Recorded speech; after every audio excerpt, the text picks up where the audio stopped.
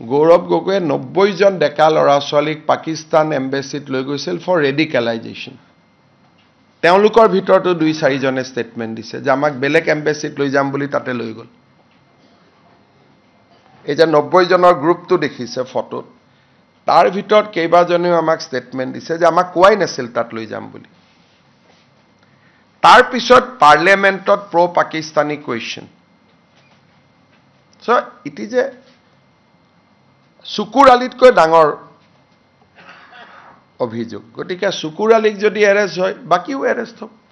গৌৰৱ গগৈ 15 দিন পাকিস্তানলৈকে গৈছিলে আমি পাছপোৰ্ট ভিসা গোটেইখিনি সংগ্ৰহৰ কাৰণে লেটাৰ ৰগেটৰী পঠোৱা হৈছে and they take 3 months time এটা কোনোবাই খুদি আছে আজিয়ে কৈ নিদিয় কিয় বাহিৰা দেশৰ পৰা পাছপোৰ্ট ভিসা আনাৰ এটা প্ৰক্ৰিয়া আছে কোৰ্টৰ অৰ্ডাৰ লাগে কিবা লাগে এটা আছে দ্বিতীয় কথা তেখেতৰ পৰিবাৰে 19 বাৰ ভাৰত আৰু পাকিস্তানৰ মাজত অহা যোৱা কৰিছে 2-3 বাৰ পাকিস্তান আৰ্মিৰো মানুহ তেওঁক একম্পেনি কৰিছে আমি এতিয়া গৌৰৱ গগৈৰ পত্নী তাৰো মইতো ক'লে নহ'ব আপোনালোকেতো সুধিব যে পেছেঞ্জাৰ লিষ্টখন ক'ত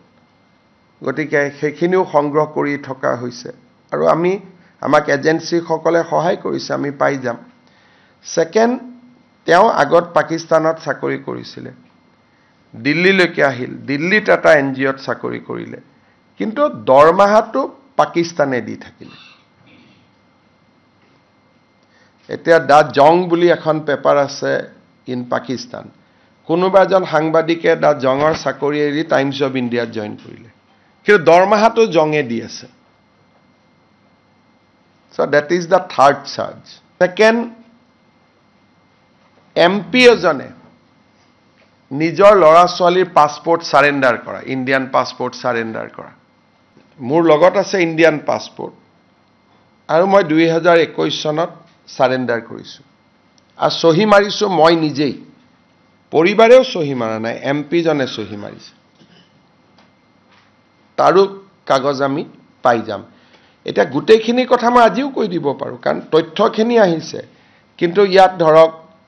আপোনালোকৰ মিডিয়াত বহুত তেওঁৰ প্ৰতি সফট কৰ্নাৰ থকা মানুহ আছে গতিকে প্ৰমাণ নহলেতো মুকে গালি গালাজ কৰিব আপোনালোকে আৰু তাৰ এই ভ্ৰমণৰ পিছতেই যদি তথ্যবিলাক ঠিকঠাক থাকে কাৰণ পাকিস্তানৰ লগতো কম্প্ৰমাইজ নহব এটা কোনবাই কৈছে পাকিস্তান যোৱাটো অপৰাধ নেকি সো এই কথাটো মই ৰাহুল গান্ধীৰ মুখৰ পৰা শুনিব খোজো Mr. Chief Minister, if you can elaborate এবাৰ যদি ৰাহুল গান্ধীয়ে কৈ দিয়ে যে পাকিস্তান যোৱাটো অপৰাধ নহয় তেলে দুধ কি দুধ পানী কি পানী হৈ যাব